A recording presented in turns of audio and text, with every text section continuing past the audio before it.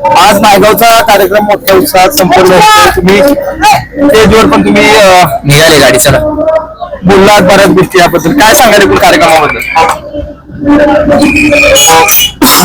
आजचा कार्यक्रम जो आहे सन्माननीय मुख्यमंत्री आले, त्याच्याबरोबर अनेक मंत्री आले, सातारचे 4 मंत्री आणि इतर मंत्री सुद्धा.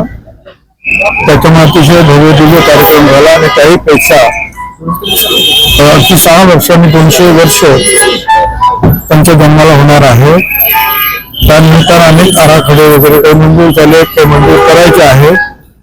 तर त्या कामाला गती देण्याचं काम जे आहे निश्चितपणे केलं जाईल आणि ते करावं असे आदेश सुद्धा मुख्यमंत्र्यांनी स्टेजवरूनच सर्व अधिकाऱ्यांना दिले. 10 एकर जागेमध्ये जिथे एनडीए आपल्याला संरक्षण प्रबोधिनी मुलींसाठी तयारी करायची आहे त्याच्यासाठी ताबडतोब जागा उपलब्ध करून द्यावी असं त्यांनी सांगितलं.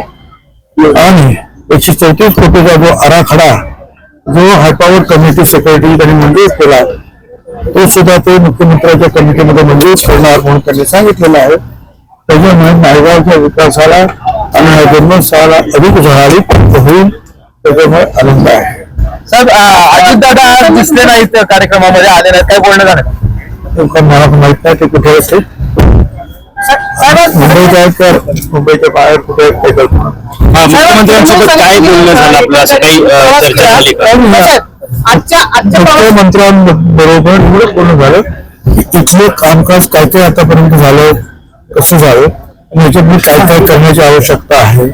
मुलामध्ये जे गुन्हेवाडे अनेक महात्मा फुले वाढायचं काय काम करायचं आहे त्याची त्यांना माहिती दिली आणि ते त्यांनी सांगितलं की ताबडतोब आपल्या नाराजीवर काही चर्चा झाली का मुख्यमंत्र्यांबरोबर प्रवासादरम्यान? आज नाराजीचा काही प्रश्नच नाही. आज आनंदाचा दिवस आहे. 75 फुलांचा जन्मदिवस आहे. आज सुरुवातीला फडणवीसांनी तुमच्यासाठी शेरोशायरी सादर केली आणि शेवटचा एक शेर जो होता नक्की कुणासाठी होता, काय अर्थ घ्यायचा? प्रत्येक जण जो काम करतो आहे कार्यकर्ता तर सगळ्यांसाठी तो शेर लागू आहे. प्रत्येकाने आपण काम करत पुढे जावं, आपल्याला येत जातं. भुजबळ साहेबांची आजच्या प्रवासात नाराजी दूर झाली असं म्हणायचं का? हा असं म्हणा. आज सावित्रीबाई फुलांचं दर्शन झाल्यामुळे आनंद वाटलेला आलेला आहे. मंत्रिमंडळात वर्णी लागेल का आपली? मंत्रिमंडळात वर्णी मला देश विदेशातील प्रत्येक घडामोडींचे लाईव्ह अपडेट मिळवण्यासाठी आता साम टीव्हीच्या सर्व सोशल मीडिया प्लॅटफॉर्मला लाईक, फॉलो आणि सबस्क्राईब करा. तसंच सर्व नोटिफिकेशनसाठी बेल आयकॉन प्रेस करायला विसरू नका.